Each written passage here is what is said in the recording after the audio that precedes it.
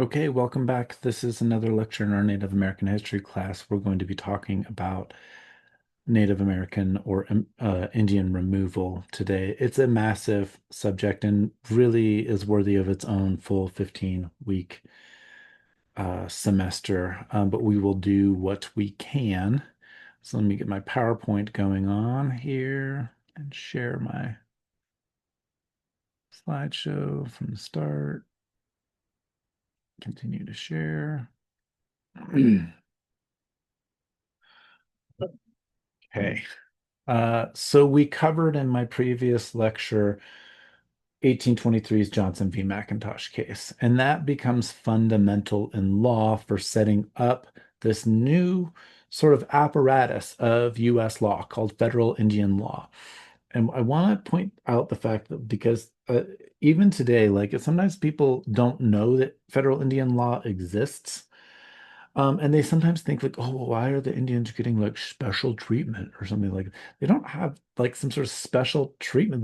They have nation to nation agreements, which is international law, treaties with the United States that then get folded into this whole other legal apparatus that is outside of US civil law. Now, at different times, things cross over. So we get in 1924 the American Indian Citizenship Act, right? And so this gets confusing to regular US citizens because they're actively not taught about Native Americans to begin with. And then they don't know anything about the history of it, and that's by design, right? It's by design to make it to make Americans not have kind of sympathy for native peoples because the expectation has been that eventually all native peoples will just assimilate and become part of the broader body politic. And we saw some of that rhetoric at work in John Marshall's um, uh, 1823 decision.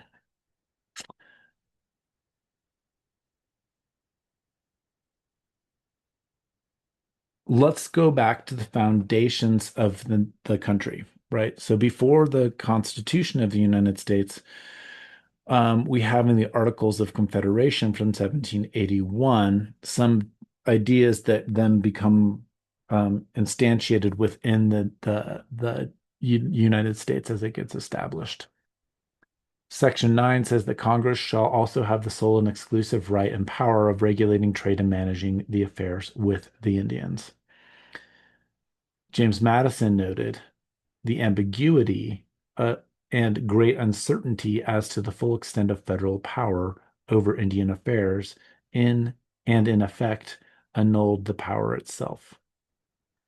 Robert Miller, who's a native person and also a great scholar of doctrine of discovery, says that ultimately this impasse led to a call for an even stronger national government and to a creation of the United States Constitution of 1787 and the present day federal government. I've also mentioned in earlier lectures, and he might show up here as well, Gregory Oblofsky, who's a current day legal scholar, and he has a great article. It's long, it's like 100 pages long, called The Savage Institute. Sorry, The Savage, yeah, The Savage Constitution.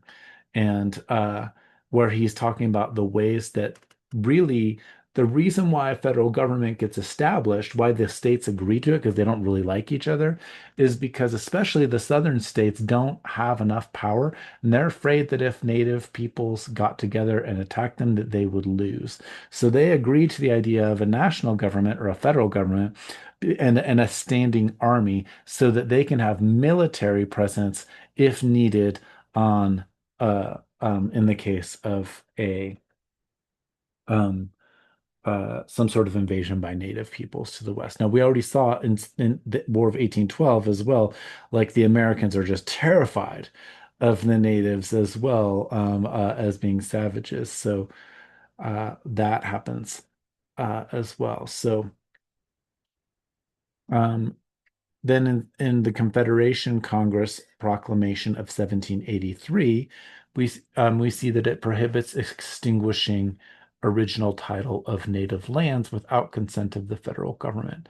It extends the concepts from the 1763 Royal Proclamation of England, right? So this is interesting because so many colonists, like American colonists, who fought in the Revolutionary War against this, once we see the establishment of the US government, it's like all of these revolutionaries are thinking like, oh, how are we going to keep hold of things? Well, we're going to say that we inherited this royal proclamation stuff, and we get to be the ones who deal with the native peoples, uh, so that the just like regular Euro-Christian colonizers can't do that sort of thing, right? So how perspectives change when people come into power, right?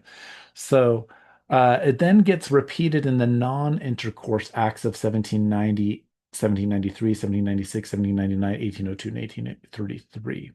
As I mentioned, Greg Oblofsky has The Savage Constitution argued that the threat of the Indians was the major factor in consenting to federal government.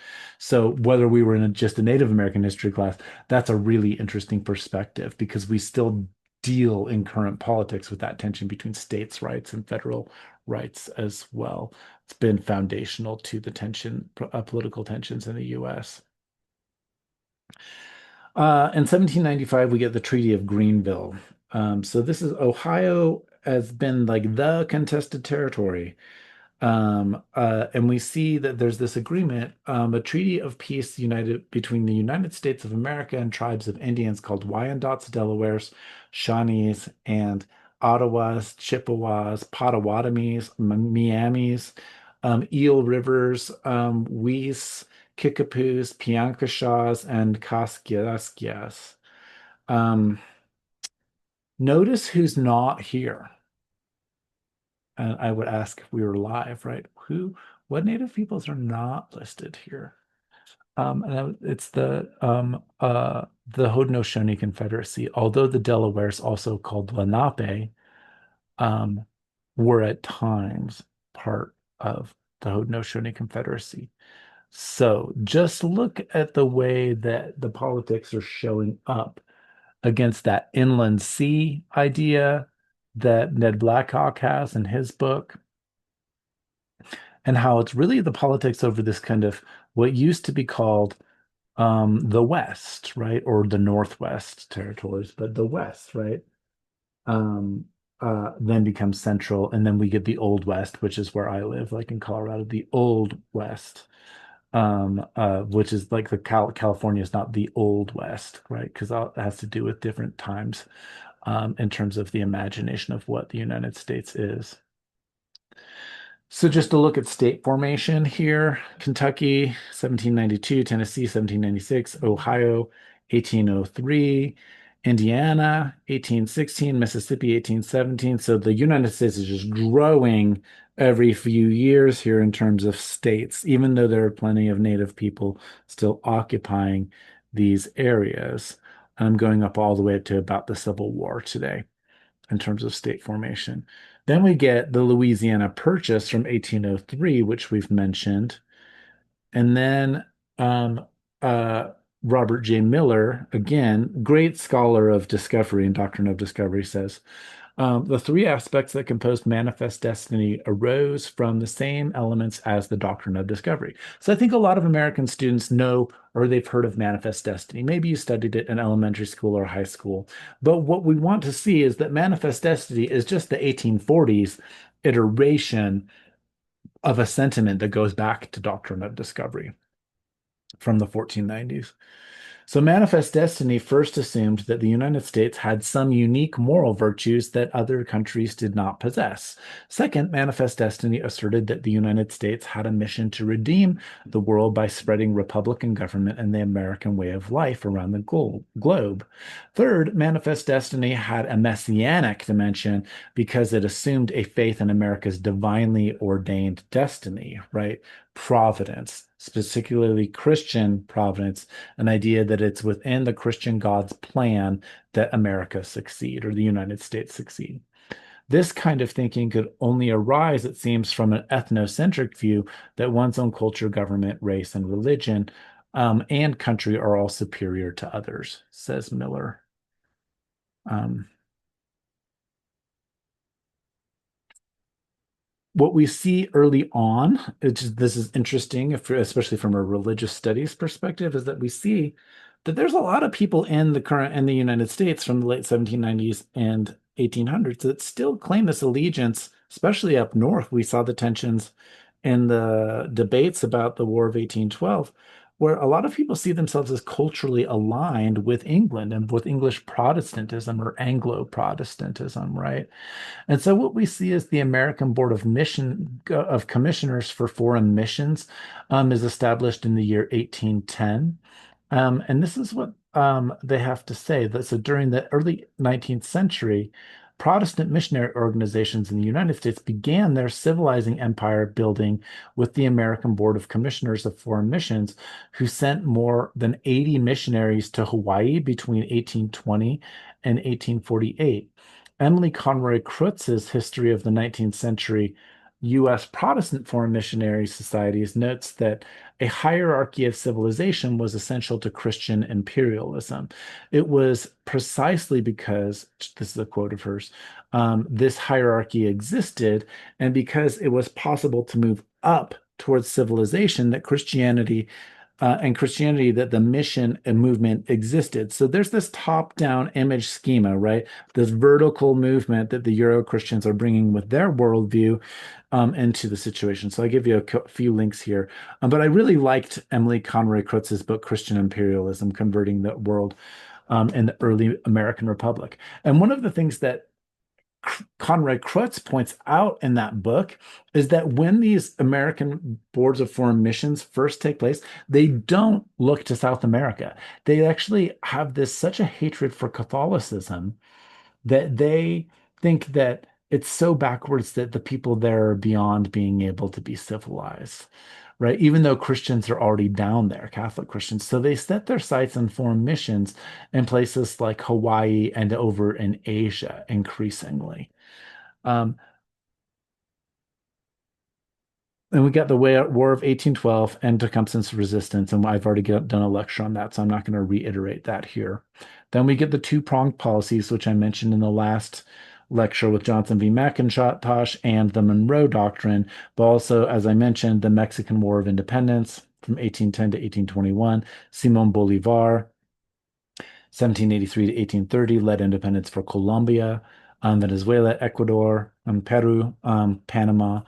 And then later reactions to the US hegemony led to that declaration of Latin America.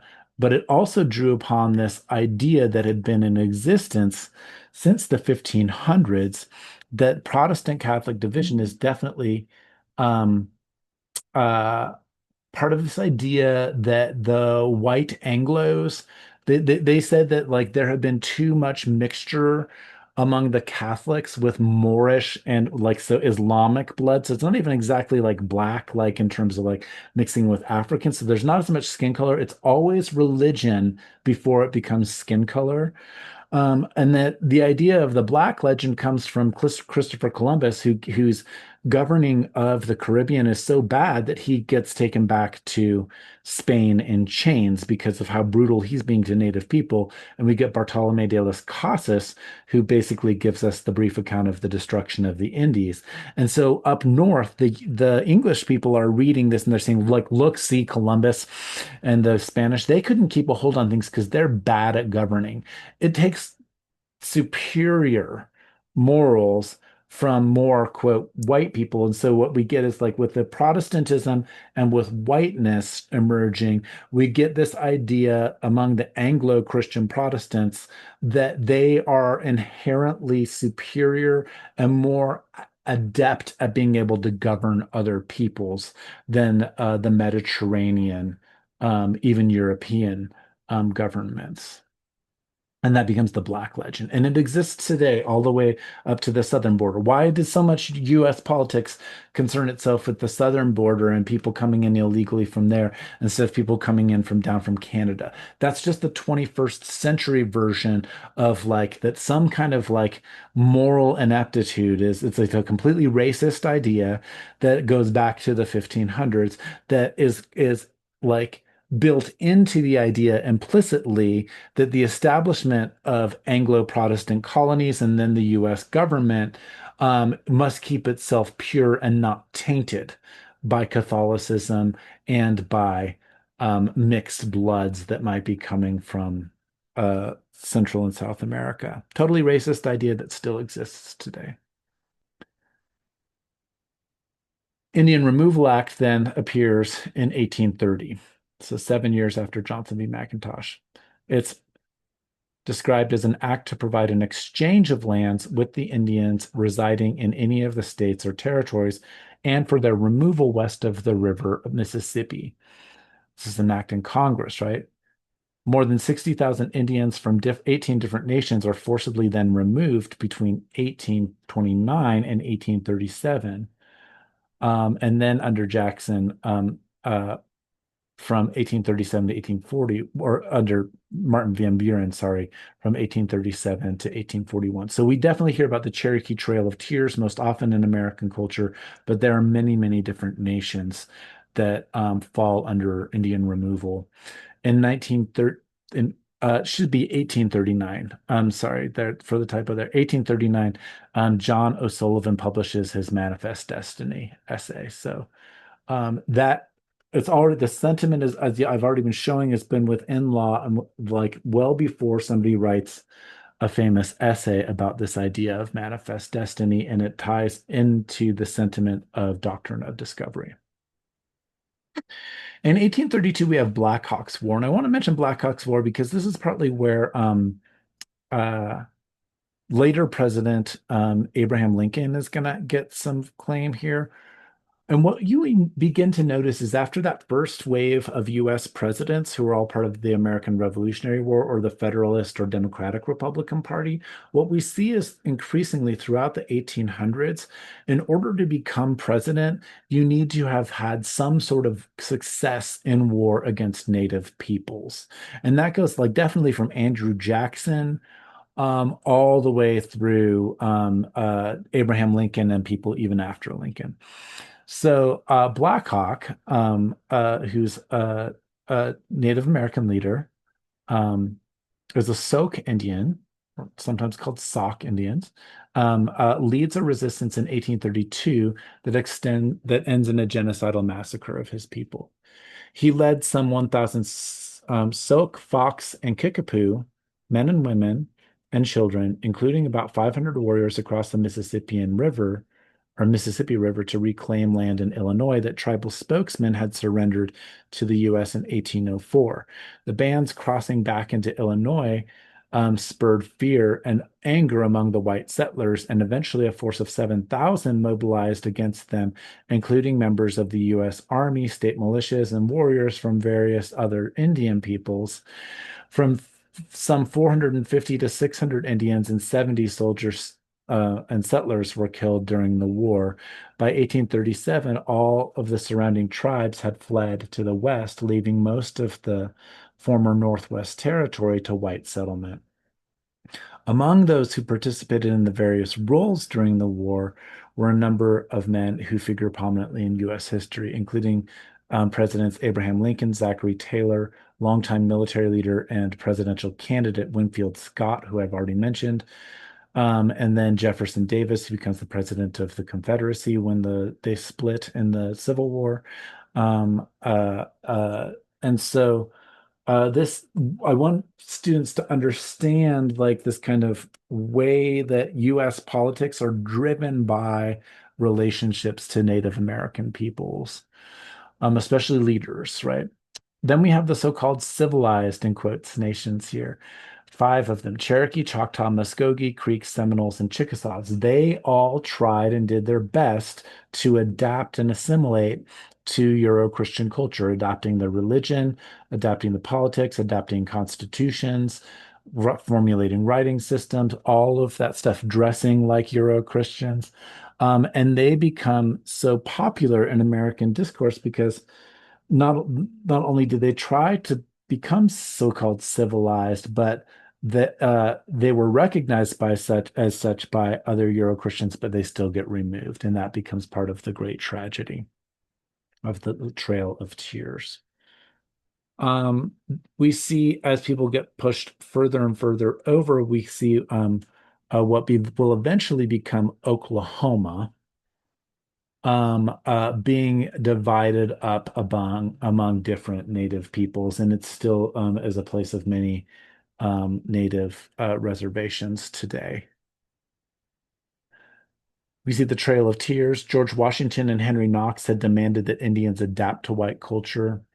At the beginning of the Republic. The five civilized nations attempted to do so. In 1828, gold is found in Georgia, though, and this is how we can see how these relations end up really kind of going down. This is about resources and extraction in a lot of ways. Gold's found in Georgia, creating a gold rush and intensifying colonial desire to remove Indians. The federal government had long told Georgia that it would buy the Indians out as soon as reasonable compensation could be made to the Indians. So this tension between the state of Georgia and the federal government. Davy Crockett, who's a Tennessee congressman at the time, and Andrew Jackson put pressure on Congress for legislation on removal.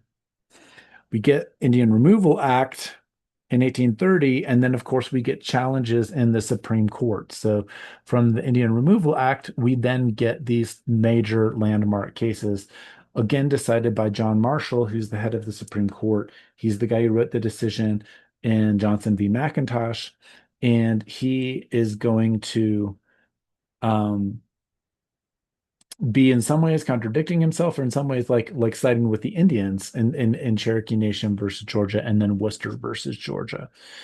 So first, the Cherokee Nation says, "Hey, well, we're like an independent nation of our own, and we're going to sue Georgia in federal court." But what John Marshall decides here in this infamous language is he says that the Indians are acknowledged to have an unquestionable and heretofore an unquestioned right to the lands that they occupy until the right shall be distinguished by a voluntary cession to our government. It may well be doubted whether those tribes which reside within the acknowledged boundaries of the United States can, with strict accuracy, be denominated nations. This is just like made up BS, if you ask me, because like we've already seen in the US Constitution that the Congress will do treaty relations, and treaty by all internet relations by all international law are nation to nation agreements. So he's coming up with this kind of like legal maneuvering to say like, oh, it's been like maybe they're not really nations in the way that we think about nations. He says they occupy a territory to which we assert a title independent of their will, which must take effect in the possession of and when their right of possession ceases. Meanwhile, they're in a state of pupillage. This is like completely new, even in international law. They're in a state of pupils, like they're learning to become civilized, apparently. Their relations to the United States resemble that of a ward to his guardian. They look to our government for protection, rely on its kindness and its power, appeal to it for relief of their wants, and address the president as their great father. So here he is doing this legal maneuvering by saying Indian nations are not real nations in the sense of foreign powers. They don't have their own sovereignty because they're subject to the United States, but they still look to the United States to be their great father. The nuances here are that the Cherokee Nation is not a foreign state in the sense in which the terms foreign state is used in the Constitution of the United States. The Cherokees are a state, this is a quote, they have been uniformly treated as a state since the settlement of our country. The numerous treaties made with them by the United States recognize them as a people capable of maintaining relations of peace and war, of being responsible in their political character for any violation of their engagements, or for any aggression committed on citizens of the United States by any individual of their community. Laws have been enacted in the spirit of these treaties. The acts of our government plainly recognize the Cherokee Nation as a state, and the courts are bound by those acts. This is John Marshall. It seems like he's really agreeing with the Cherokee resistance to Georgia. But he goes on to say, they have established a constitution and a form of government, the leading features of which they have borrowed from the United States, dividing their government into three separate departments, legislative, executive, and judicial. In conformity with this constitution, these departments have all been organized. They've formed a code of laws, civil and criminal, adapted to their situation, have erected courts to expound and apply those laws, and are organized an executive to carry them into effect. They've established schools for the education of their children and the churches in which the Christian religion is taught. They've abandoned the hunter state and become agriculturalists, mechanics, and herdsmen, and that under provocations long continued and hard to be borne, they've observed with fidelity their engagements by treaty with the United States. So he goes on to say the state of Georgia, not having succeeded in applications to the government of the United States, have resorted to legislation intending to force by by those means the Indians from the territory. Unwilling to resist by force of arms these pretensions and efforts, the bill states that application for protection for the execution of the guarantee of treaties has been made by the Cherokee to the President of the United States, and they've received for their answer that the President of the United States has no power to protect them against the laws of Georgia. So who really has power in Georgia? Is it the federal government or is it the state government of Georgia? That state versus federal tension that we see throughout American politics. The bill proceeds to refer to an act of Congress from 1830, which is the Indian Removal Act, right? Entitled An Act to Provide an Exchange of Lands with the Indians residing in any of the states or territories and for the removal west of the Mississippi. The act is to apply to such of the Indians as may choose to remove, and by the proviso that to it nothing contained in the act shall be construed as authorizing or directing violation of any existing treaty between the U.S. and the federal Indian tribes. The bill is brought by the Cherokee Nation, praying an injunction to restrain the state of Georgia. I'm not going to read out this whole slide. You see where it's going. You can pause and read it if you want.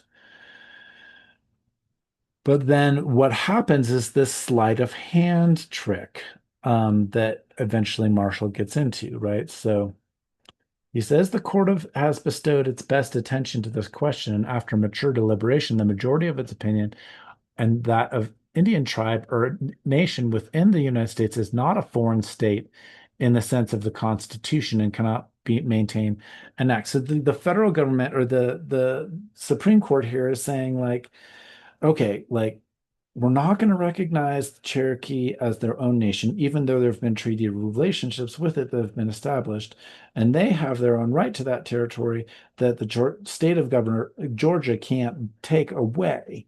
But we're not going to grant them the status of a foreign nation so at the same time.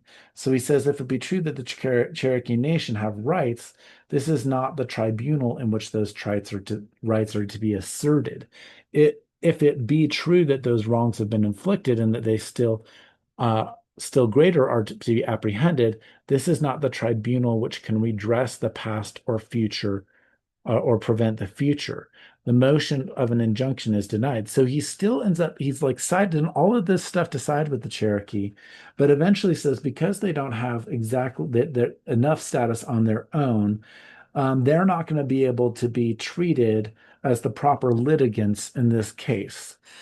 So Marshall then adds the long addendum and he says, in pursuance of my practice in giving an opinion on all constitutional questions, I must present my views on this. With morality of the case, I have no concern. I am upon to consider a legal question. So he's basically saying, personally, I agree with the Cherokee, but I can't found this case because it would be like in their favor, because it might create the legal undoing of the United States and it might lead to other things. So then we get another case that's not brought by the Cherokee, who are not necessarily U.S. citizens, right? So it's like, does a citizen have the right to bring the charges against the United States. So Samuel Worcester, who's a theologian who's living among the Cherokee and intriguing among the Cherokee, and some have different readings of him. Historians, some people call him a hero, some people call him kind of a villain because he's an intriguer. So after in the third case, it's called the Johnson Trilogy, right? Johnson v. McIntosh, Cherokee versus Georgia, and then Worcester versus Georgia. And this is why I brought in Emily Conroy Krutz's book earlier, because in Emily Conroy Krutz notes in her book on the foreign missionaries that it got its start in the early 19th century, and Samuel Worcester, who's meddling, and that's my term because I think he's kind of meddling in Cherokee removal, produced Worcester versus Georgia. He wrote that South and Central America was so unpromising a state that the opinion very generally prevalent is that for the pagans on this continent, but little can be immediately done. He's saying we've got to evangelize the Native Americans and we've got to evangelize Asian people. We're going to leave South America out of it. In Worcester versus Georgia, so he's there to civilize and to convert Indians, which is part of that ultimately culturally genocidal mission, right? Which is why I call it meddling. But of course, I mean, he has a lot of Cherokee people who've been trying to become civilized who support him as well. So in Worcester versus Georgia in 1832, Georgia had created a law saying whites could not be in Indian and Cherokee territory without a permit. Worcester, then, who's a Christian missionary, was arrested. His defense was that Georgia had no jurisdiction over Cherokee territory to arrest him. So this becomes a case to bring a proper litigant against Georgia that's also a U.S. citizen instead of the Cherokee Indians who don't have as many rights as the U.S. citizens.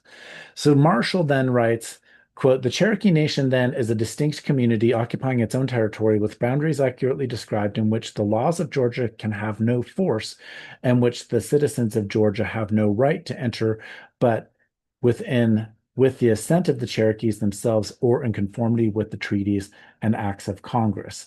The whole intercourse between the United States and this nation by our constitutional laws is vested in the government of the United States. So you can see this is exactly what John Marshall wanted because he wants to side with the Cherokee on a certain in certain respects, but he couldn't grant them the status of litigants because then that would undermine the sovereignty of the United States itself. The decision cites his own earlier Johnson v. McIntosh decision and reasserts the doctrine of discovery. So he continues to assert this doctrine of discovery. At the same time, he's going to say that they don't have the right to soil. So he says Worcester was seized and forcibly carried away while under the guardianship of treaties guaranteeing the country in which he resided and taking it under the protection of the United States. He was seized while performing under the sanction of the chief magistrate of the Union those duties which the humane policy adopted by Congress had recommended, i.e., Christianize the Indians. He was apprehended, tried, and condemned under color of law, which has been shown to be repugnant to the Constitution, laws, and treaties of the United States.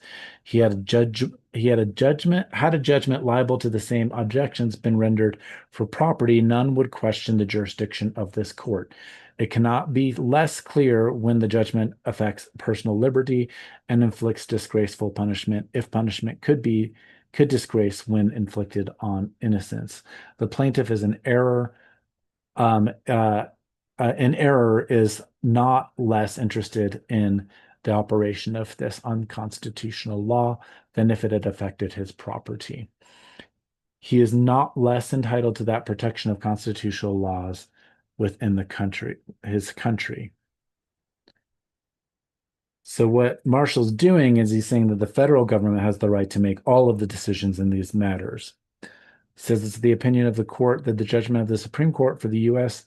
for the county of Gwinnett in the state of Georgia, condemning Samuel A. Worcester to hard labor in penitentiary of state of Georgia for 4 years, was pronounced by that court under color of law, which is void as being repugnant to the Constitution and treaties of the United States. But then we know this is kind of perhaps lore. Sometimes people said we don't have the exact document where he refers to it, but apparently Andrew Jackson His famously responded to the decision here that John Marshall has made his decision. Now let him enforce it. So this is a case where the executive branch of the government, so it might ring similar to some of the things in 2025, right, where we see these big contestations between the Supreme Court and the existing executive power of the president's office, right? So basically, what President Andrew Jackson says is like, well, if John Marshall can get his own military to stop Georgia from doing it, let him try it. But I'm still going to help Georgia with the federal army remove the natives. So Cherokee removal was ongoing, even but the last forced removal was in 1838. Then we get this kind of extension of international acquisition by force. So the US government had already in 1812 invaded a foreign country, but we see this extending on and on. In 1845, we see the annexation of Texas. In 1848, we see the 1848 war with Mexico and the Treaty of Guadalupe Hidalgo, which was also a very controversial war and illegal by international law standards. It's an invasion of Mexico. And then in Colorado, which is where I'm living, where I'm making this kind of stuff, we see a few settlements starting to to show up here in treaty territory that we'll see in another lecture was granted to various native peoples. But we see in 1851 the Conejos settlement in the San Luis Valley. In 1858, we see Montana City on the South Platte. In 1858, we see St. Charles slash Auraria, which Auraria is the name of Auraria campus, where I'm making these lectures for Metropolitan State University, which sits on Auraria campus. So we are implicated in this. And then in 1860, we see Denver City being founded. This is all way before Colorado becomes a state, right? Colorado becomes a state in 1876. We're the centennial state. In 1861, we get Colorado Territory being imposed. I say imposed because this is already by treaty with various native nations. It had already been designated Indian territory. So how does this like imposition of Colorado Territory come on top of that if you're not just already ignoring the treaties that you've made with native peoples? Then we get in 1864, the Sand Creek Massacre, which we will talk about more in depth in a later episode. So what we're seeing, long story short here, is the pattern of the United States aggression against foreign powers. Yes, sometimes there's disagreements between state and federal acquisitions, what's interesting is that in most US history, the Trail of Tears, which came from Indian removal, has been regarded by far by most scholars as being one of the most horrible acts of the US history, where the US government contradicted itself, where we had an executive person in office taking power against the explicit decisions of the Supreme Court, so ignoring the balances of power. And then we get that famous line by Andrew Jackson that says that, if John Marshall wants to enforce this, let him develop his own army. And recently, earlier this year, current Vice President J.D. Vance, in international contexts as well, quoted that kind of Andrew Jackson sentiment, but instead of quoting it as something that was a horrific part of US history, J.D. Vance is implementing the same rhetoric as Andrew Jackson, saying if the Supreme Court goes against what the Trump administration is doing, let them find a way to enforce it, right? And so basically saying like if we're taking a Native American history class, the current rhetoric of the existing executive office, not that they're all friendly towards natives to begin with, right? So I don't mean to single out the current administration even more so than many other administrations, but the current administration is taking this very aggressive war hawk kind of stance to Indian removal and then applying it to current day situations. And within that rhetoric Like, I think that someone, if of JD Vance's persuasion, right, of his political persuasion, he is looking back to American history and he's saying this is what was done, this is what was needed to be done, and this is what created America as it is today, and we should celebrate that sort of thing. But most historians have said, no, this is the most racist, darkest time of American history, and it's something that we should lament. That's why we call it the Trail of Tears. So we're having contested battles over what U.S. history is, especially related to Native Americans in current U.S. politics, just to leave it on a contemporary note. We'll continue on. Thanks for your attention and have a good morning, afternoon, evening, whenever, wherever you are.